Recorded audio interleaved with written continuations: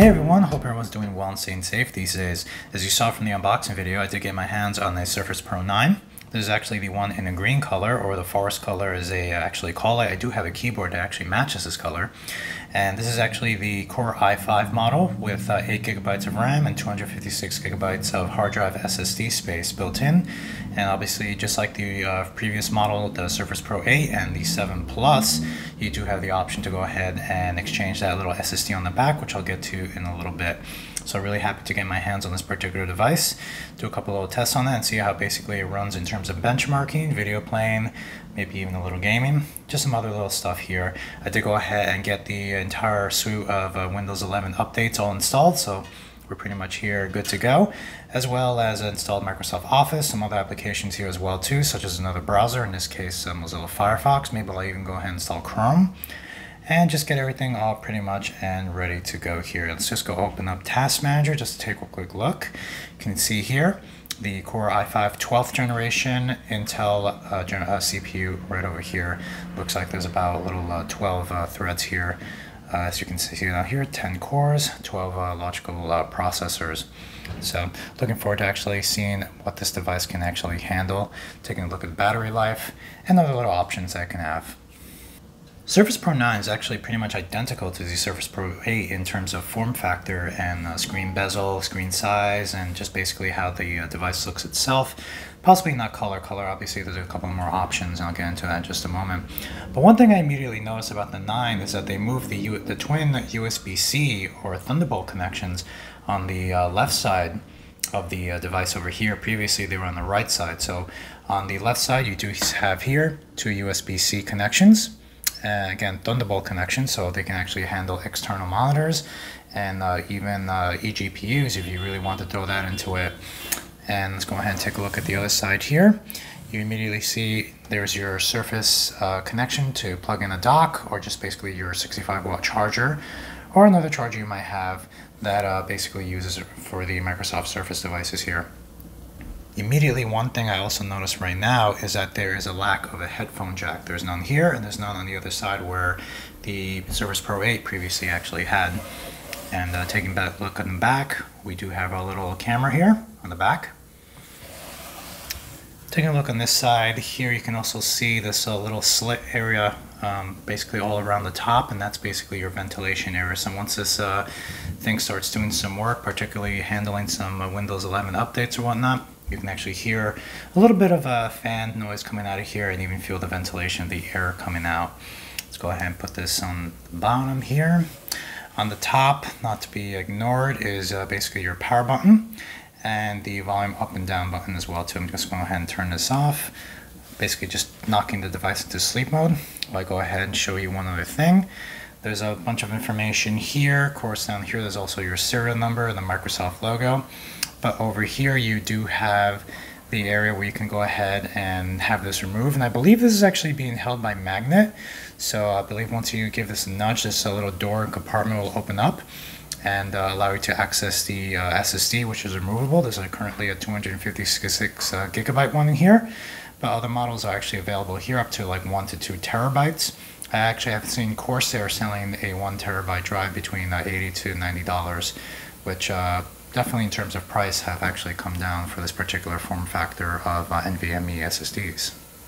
One little detail about the Surface Pro 9 that I really enjoy that they actually changed from the previous generation, the 8, which I also own myself, is that they moved the power and volume buttons back to the top of the device as opposed to having one on the left and one on the right. I believe the volume controls were on the left here and the power button was on the right. And the reason I mention that is because if you're going to go ahead and position this device in another position right here, so I'm going to go ahead and move it like that, you'll see it automatically readjusted. If you're going to go ahead and have this on your lap, for example, you might notice that you can accidentally and unintentionally just hit the power button, basically causing the device to shut off. Or if you have it in the other direction over here, you could accidentally start triggering the volume up or down buttons just by leaning it on a knee, or just basically having your hand underneath here in this position. So it's actually something that they change in the Surface Pro 9. It looks like they probably received that feedback from the 8 and decided to go ahead and revert it right back to how it was in the 7 Plus and previous generations as well too. Another thing to note down here on the bottom of the device is basically the docking connections here when you're going to go ahead and connect your keyboard, your official Microsoft Surface keyboard. I believe there are other keyboards that possibly use this connection, or maybe just take advantage of the magnet and then just connect through Bluetooth, but this is where your connection will actually go ahead and connect, and when you want to go ahead and dock that keyboard. Taking a look at some details here, let's go ahead and see the actual resolution of this particular display that the Surface Pro 9 has. Pretty much a very similar display and resolution as the Surface Pro 8, 2880 by 1920, pretty high resolution. If you're wondering why everything looks a little small on the screen here, I did actually reduce the scale to 150. Usually this is set to 175 or even 200, as you can see here. So everything looks much larger. Very crisp and sharp picture here, even at this size when the icons are a little bit expanded. Obviously, I do feel that the icons might just be a little big for me. And I just want to go ahead and be able to have more options, to have more stuff on the screen, more windows side by side and whatnot. So I just go ahead and reduce it to 150. Obviously, reducing it down to 100 might actually be a little too excessive. As you can see here, everything just appears very, very small and not very too interesting. Obviously, if this was basically a 65-inch TV or something, that probably would work out pretty well, since the screen size is so large, all the icons will appear still somewhat large, even at 100 or 125%. So another good little thing to note here, besides the resolution, is the option, just like the Surface Pro 8, to have the refresh rate set to 120 Hertz, which I'm actually changing over right now. You can immediately see that basically the screen smoothness just starts to run much better when you're going to go ahead and move stuff around, or if you're actually going to be doing a little bit of gaming on it, you'll immediately see the advantage of doubling the refresh rate. Now obviously it is said that using the higher refresh rate will basically lower the amount of time that the battery will actually last, so you're using up more battery life just using this particular display, but very similar to the phones, if they actually do have that same option. So it's something to keep in mind. You can immediately, just hitting the start button, I can actually see a difference here. Just to poke a little bit of fun here, I'm just going to go ahead and open up a couple of programs here. I'm going to open up Edge, the Microsoft Store, Firefox. Let's open up Word and Excel. I didn't actually activate these products because I'm just using this for demo purposes. Just going to open up a spreadsheet. So obviously it's going to complain that there's no CD key attached, which is perfectly fine. It's not pirated software, it's just temporarily installed. And I don't care if they disable the options in a couple of days here, no big deal. Let's go ahead and open up Acrobat as well too. So a couple applications here, and mind you, this is only an 8GB model. Let's go ahead and take a look. I'm sure the memory is actually being pretty used at a high level, which you can see here at 87%. But as you notice, all the programs pretty much open up fairly quickly, and no complaints there. Let's go ahead and take a look here. Just closing them up. Things are still working pretty well. And probably if you start opening some more stuff, more browsers, or maybe even open PowerPoint, or Adobe Photoshop, you'll probably start running into a couple of issues. So if you're going to be using this for any particular purpose, such as editing photos or viewing some videos, a lot of stuff like that, while also having other stuff like Microsoft Document open with a browser like YouTube, playing some lo-fi chill-out music in the background, you might want to get your hands on a model with a higher amount of memory, such as 16GB. I know there's definitely even higher than that with the higher tier Core i7 models, and that's definitely an option if you do plan to use that as well too. Alright, as part of the review here, I just want to go ahead and do a disk benchmark. I do have Crystal Diskmark opened up right over here, latest version, and let's just do basically one quick rundown of a benchmark right over here in terms to get an idea of what the read and write speeds are. Now, previous generations such as the 7 Plus, Surface Pro 8, I've actually seen read speeds of close to 2 gigabytes a second, and write speeds of about 1 to 1.5 gigabytes a second. So looking at the read speeds over here, quite an impressive improvement, immediately surpassing 3 gigabytes a second. And something to really say about the speed and whatnot of the device. Could also just be other details as well too, such as the chipset. I always keep thinking maybe it's just the SSD that Microsoft actually installed in these particular devices here. So possibly an upgrade to the SSD on older devices such as the 8 and 7 Plus may actually make a difference. I'll go ahead and give that a shot and do a video on installation and post installation as well too. But so I had looking good here in terms of read speeds. See what the write speeds are. Hopefully 2 gigabytes a second or higher. So in terms of write speeds here, we can immediately see it's about a gig and a half, 1.6. So it did not surpass the 2 gigabytes a second as I was initially hoping, but still not bad. Really good speeds here. We'll probably end up spending more time doing reads on this particular device as opposed to writes, with the exception of installing stuff, installing Windows updates, and other little applications and whatnot. But just want to go ahead and give you an idea of what this device is capable of with its current SSD configuration and drive installed straight out of the box. And there you have it. Alright, just testing out the cameras over here and also the microphone as well too. This is actually the rear facing camera, and I actually pushed it up to 4K. I actually didn't even know this thing actually went up to 4K. I thought it was just a standard 1080. But yes, I did see the option to go ahead and put it up to 4K 30 frames per second. So this video might look a little different since I had to actually push it up to 60 frames per second on my video editing software. But just trying to give you an idea. That's a Surface Pro 8 over here and a Go 3. Yes, both of them are running Windows 10, just a little FYI. So let's go ahead and test out the selfie camera as well too.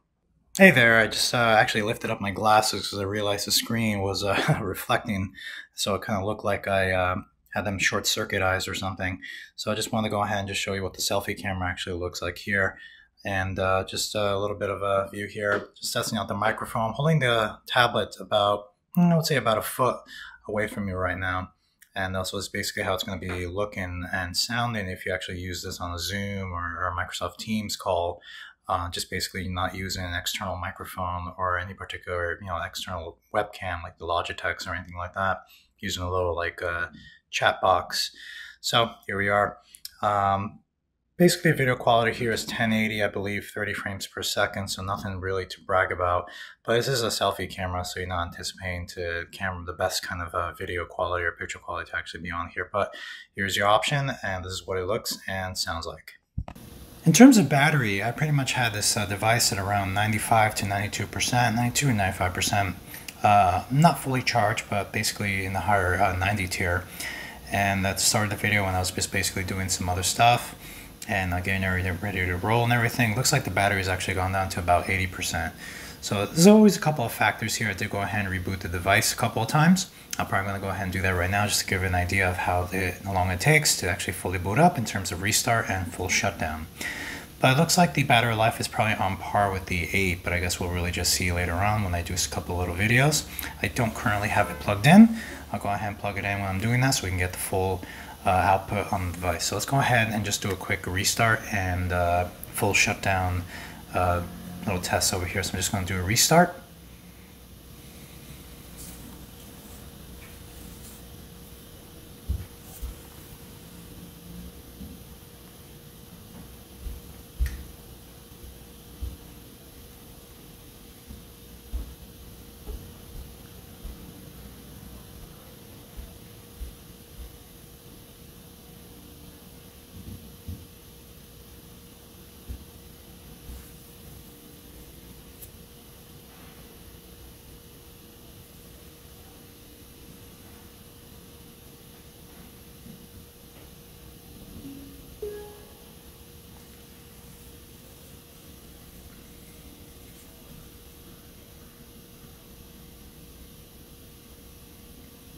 Alright, that looks pretty good. It took about maybe I would say 35 to 40 seconds to actually fully go from the restart process and then come right back up, maybe just a little bit longer. Let's go ahead and do a shutdown. And obviously everyone just knows really well when you do a shutdown of these devices, it kind of enters like an ultra deep hibernate mode. And when you basically come out of it, the boot up process is significantly much faster. So let's go ahead and see that's still the case here. I haven't made any changes to the Windows 11 system in terms of this detail here. So let's go ahead. By habit, I swear I would keep looking on the sides here, but your power button is actually on the top.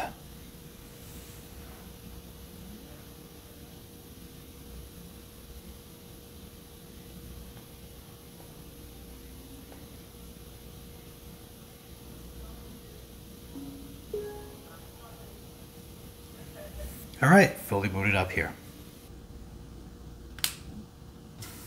If you're curious who this device really could benefit, it could benefit a number of people. This actually could just be used, being that it's a lower tier model, it could just be used as an everyday device to actually read books, just play a couple little games on your average browsing, or even just to go on Outlook, or even go on Outlook webmail and just check your mail and other good little stuff like that, or even just pull it out just like I usually do and watch a YouTube video. I actually do have a Surface Pro 8 that I keep in my kitchen and actually use it basically like a little DJ device, basically hooking up to a Bluetooth speaker from JBL and playing some music, or even just watching little YouTube videos, or even allow my nephews to play a little game on there or just watch YouTube videos on their own.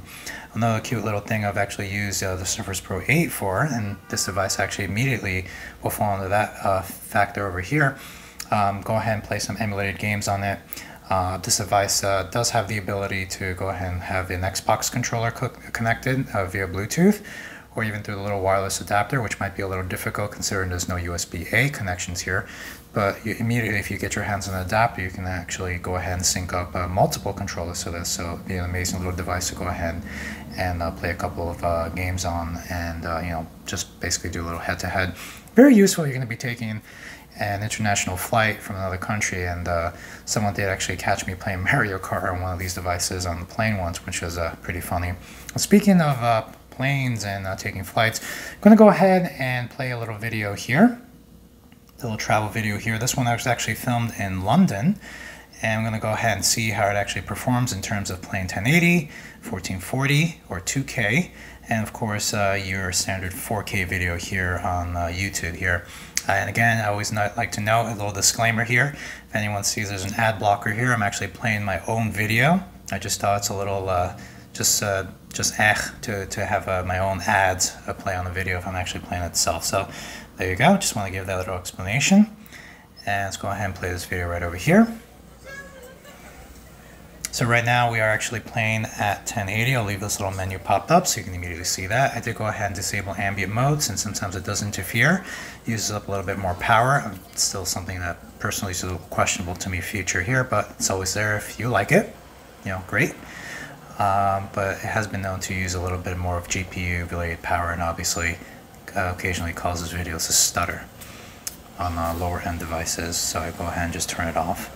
So 1080, obviously, no problem at all. You probably could be doing other stuff at the same time and still working really well with it. Let's go ahead and push it up.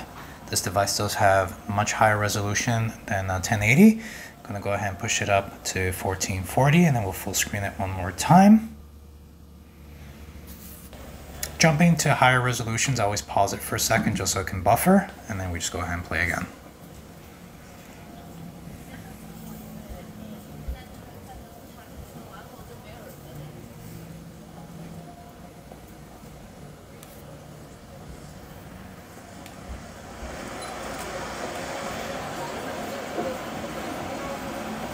The audio on this device is absolutely amazing. It gives you a feeling of a subwoofer somewhere in the back, which obviously really feels great.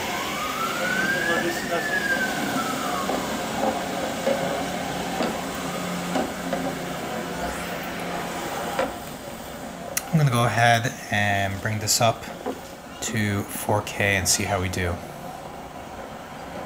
Same option here. I'm just going to pause it for a sec, let it buffer, and play it again.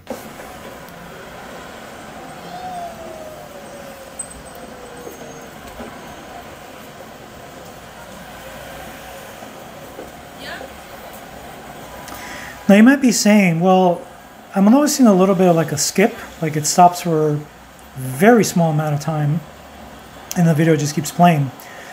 I'm going to go ahead and play this on another browser just to see that, because I have known Microsoft Edge to do this on occasion.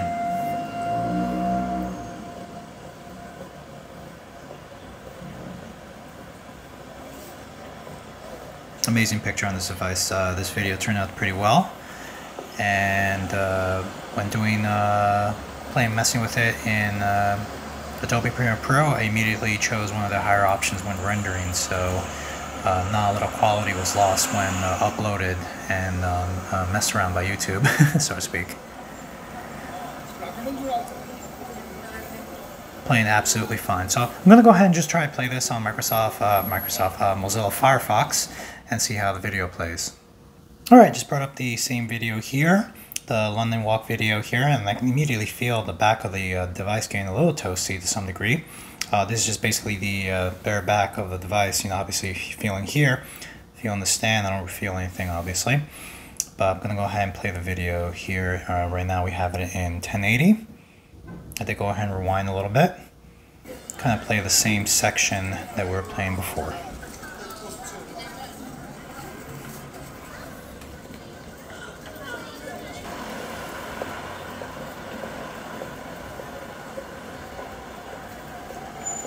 So I can just tell you off the back, I do not see those little very small increments of skip or just light pause that you may have noticed in Microsoft Edge. And let's push this up to 1440.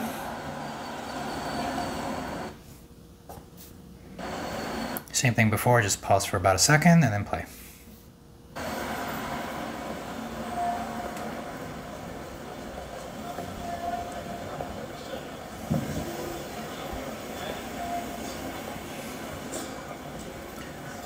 Doing really well, still don't see any light pauses like we saw before. Let's push up to 1440 and I'm going to bounce to another section of the video as well too.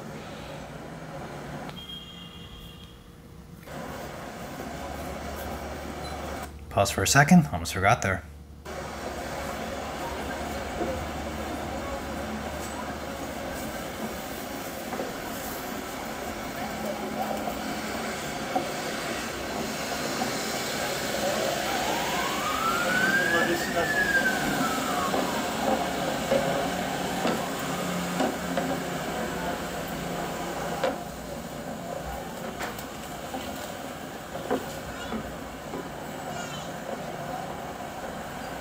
Definitely working really well so far.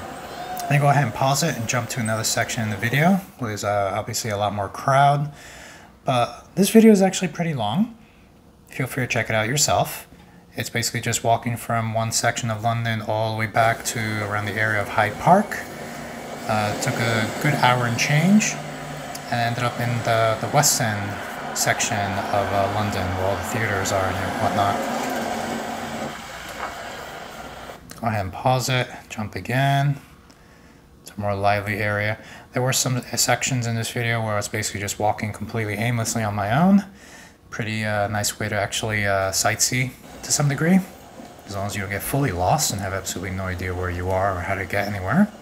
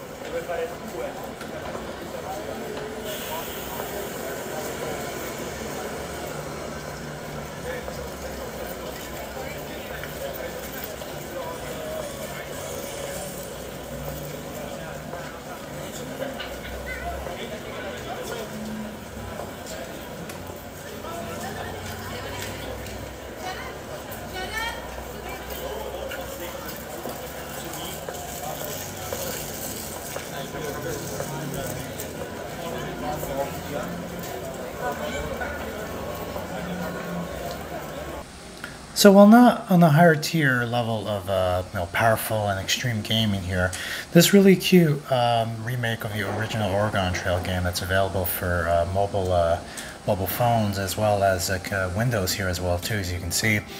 I actually just grabbed this from the Microsoft store. Seems to be running pretty well on this particular device. Now, as I said, a game like this was already designed and geared for former generations of the Surface Pro device, and haven't really tried it on the go yet, but I'm going to give that a shot, see if it actually works there. But the integrated video on this particular device is actually working pretty well. Pretty smooth graphics and whatnot, and pretty sharp for the most part. But again, not higher tier gaming. I'll definitely look into doing a video on checking out some like basically first person shooters and other extreme gaming on the Surface Pro 9 just to see how it is, but I'll probably be making a good 20 or 30 minute video or addition to this particular video here just simply for a review. So I'll definitely make that into a different video. I know I've mentioned a couple of differences between the Surface Pro 8 and the 9 already, but I just want to mention one little thing. So Microsoft has done away with the basically splitting up the tiers.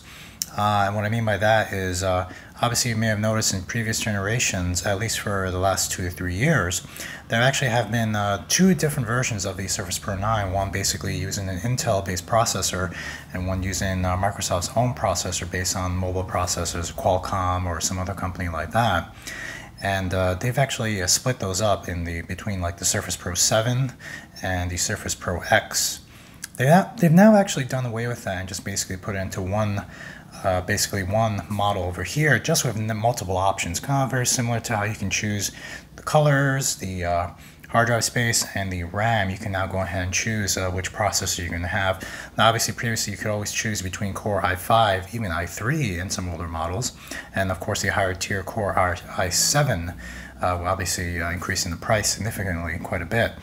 But you now can also go ahead and choose the mobile, particularly mobile Microsoft's own processor right over here. And there's a couple little advantages to that. One, obviously, you do have, let's go ahead and click on it. You do immediately have 5G built into the device itself. You can go ahead and slide in a SIM card from multiple providers, mobile providers, and have cellular data kick in, 5G obviously being a really good speed. Now, some previous model of Pro and particularly the Go tablets have had LTE options as well too, so you can go ahead and use a SIM card from a mobile provider and get data there as well too. This processor just supports 5G just out of the box, which is very convenient. Also, another little advantage that processor may have is the fact that it does have longer battery life as well too. So you can probably get the use out of the device much longer than, or quite a bit longer, over the Intel variants over here. When it comes to using Windows, obviously you will be using Windows, you won't be using Android or iOS. The only problem is it's going to be basically application support. Will certain applications work? Many applications will still work, basically using a emulation, and unfortunately that's going to basically just take performance away when you're actually doing that. And of course there's the issue that some applications will just not work outright completely, and that's basically the issue that's currently facing with this particular device. Another good little thing with this processor is that it can actually support Android applications just basically out of the box. And we do know that Windows 11 does have some degree of Android support. You'll probably get much better support using this particular processor when it comes to actually trying to use Android applications. So it's another little thing there to keep in mind.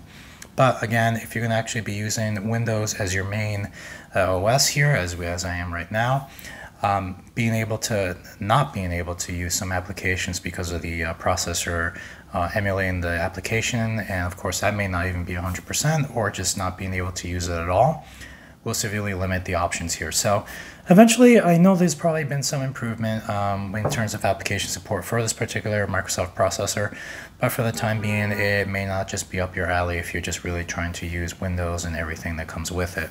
But just wanted to go ahead and mention that you do have those options here. I'm going to go ahead and select the one I actually have here myself, the 8GB and the 256 gigabyte model right over here. Whoop, actually forgot to pick the color. So there we go. You actually see that right there. Let's go ahead and open up that little Surface app I just saw here. And usually just gives you a big welcome, identifying your device in this case. And over here, just go ahead and just leave that thing unchecked. I don't want to send information to Microsoft. And you can immediately see some little things and options you do have here. I believe you can disable or turn off smart charging, actually limit the amount of charging you want your device to actually charge to. And I can actually explain this in a little more detail. So if some of these devices, these tablets, particularly the Go's, have actually been used in kiosks or little just like hotel devices and elsewhere. And I've actually seen that used in a number of places. Actually, there's a mall in downtown Manhattan, the Oculus, basically around the World Trade Center, where at some point I actually saw a little concierge desk where basically there's always one or two people there, usually one. and they can absolutely assist you where the stores are that you're actually looking for as they open up. And they had a little tablet there, which actually turned out to be a Go 2 or Go 3, or one of them, who knows. So having that device plugged in 24 hours, 7 days a week, it's probably no bueno for the battery in terms of long-term use. So they do have the option to actually go ahead and limit the battery charging up to 50%, basically trying to conserve some life of the battery since it's basically going to be plugged in all the time. And I actually have seen the effects of having the device plugged in continuously, charging at 100%, and then seeing the battery depletion happen much faster just because of that particular sort of use there. So you do have those options here. I know there's an option to even mess with that in the BIOS of the device itself. Yes, this device does have a BIOS, or if you want to call it that. Some other little options you probably have here is also pen pressure, which is something I've actually seen done before. Basically just the sensitivity. You can actually go ahead and change that. Other little options here, and I'm sure it just mentions a couple of little things here about offers and warranty and all that good stuff. So just wanted to actually throw that in there just in case you're wondering what that little application is for. It's actually not useless. It does have some options here that can definitely catch your attention. So are you currently an owner of a 7 Plus, or an 8, and you're wondering should you actually go ahead and switch over to the 9? Is there a big difference? I know I mentioned a few differences already between the 8 and 9, but I will actually tell you between the 11th and 12th generation Intel CPUs, many will actually say, and this actually applies to laptops, will say that the difference in terms of those two generations of CPUs really doesn't show as much. Now obviously if you do have an older Surface Pro device, a 5 or a 6, or maybe your 7 is just starting to bug out, or maybe you just want the options of having the Thunderbolt connections here, which are definitely very advantageous right there, then probably the 9 will definitely be the way to go. If you have a device very, very recent generation and you're just thinking of just upgrading just because of the CPU, this may not be your cup of tea here. And I mean, obviously, if you want to go for it, you do have the option, particularly some of the little options here in terms of like green and blue and all the other little color options you have here. But in terms of just jumping from one generation to the next, just because it's a different CPU, you might want to hold off on that for the time being. And obviously still enjoy your device, unless of course you're just having some issues like extreme battery issues, or you have a cracked screen, which is a whole other problem right there. But regardless of that, if you're just going to jump into the Surface Pro series, the 9 will not let you down. As a matter of fact, throughout the entire recording of this video, the battery is actually still doing pretty well. I did go ahead and charge it a little bit as I was playing the little Oregon Trail game for about 20-25 minutes, because the battery life did get depleted a little bit, and obviously the device got a little toasty, especially on the back here where I have my hand. And of course under here, under the kickstand, it does get quite warm. So just something to keep in mind there. But the battery life so far has actually been pretty good. I've not given it a full charge since starting to record this video, and I actually have used it a couple of times in between, watching a YouTube video and stuff like that, watching something off Netflix just before bedtime for a little bit, even though it doesn't look like it. This video has been recorded across 2 different days. And so far so well, the device is working pretty well. So I will be doing some follow-up videos to see how the device actually performs, maybe using another operating system perhaps, and possibly doing some gaming and other options. But if there's any particular usage you'd like to go ahead and use this for, let me know, and maybe I can actually go and see if I can toss that into an updated video, a follow-up regarding the Surface Pro 9. Well everyone, I hope you enjoyed that video. Definitely go ahead and let me know if you have any comments or questions, some feedback. Anything you'd like to see in a future video, I'll absolutely be doing a follow-up video on the Surface Pro 9 here. Gonna probably go ahead and do a little video on some gaming, particularly on that. Maybe even toss on Windows 10, as I always like to do on these devices that come preloaded with Windows 11. Just a thought and see what options we have there. Definitely a wonderful device. Really small little details, obviously. I'm really happy they moved that power and volume button to the top of the device as opposed to the Surface Pro 8. I was actually using it as an e-reader at one point, and it was driving me nuts that the volume was going up and down when I was basically just listening to some chill out music while using an e-reader, and it was consistently hitting my leg or my knee and just going up and down. Doesn't happen to everybody, but I do like that they actually put it back up there. Let me know if you have any experience with that, or if you have any particular feedback or thoughts on that particular little feature, or any other little feature I've mentioned in the video or even didn't mention. If you enjoyed this video, go ahead and shoot a like and subscribe. Really would enjoy that. And definitely go ahead and support the channel here. I'll definitely be doing some follow-up videos, as I mentioned, on the Surface Pro 9. And I hope you really enjoy that, and look forward to seeing the rest as well too. Thanks again for watching, everyone. And as always, be safe. Thanks again. Take care.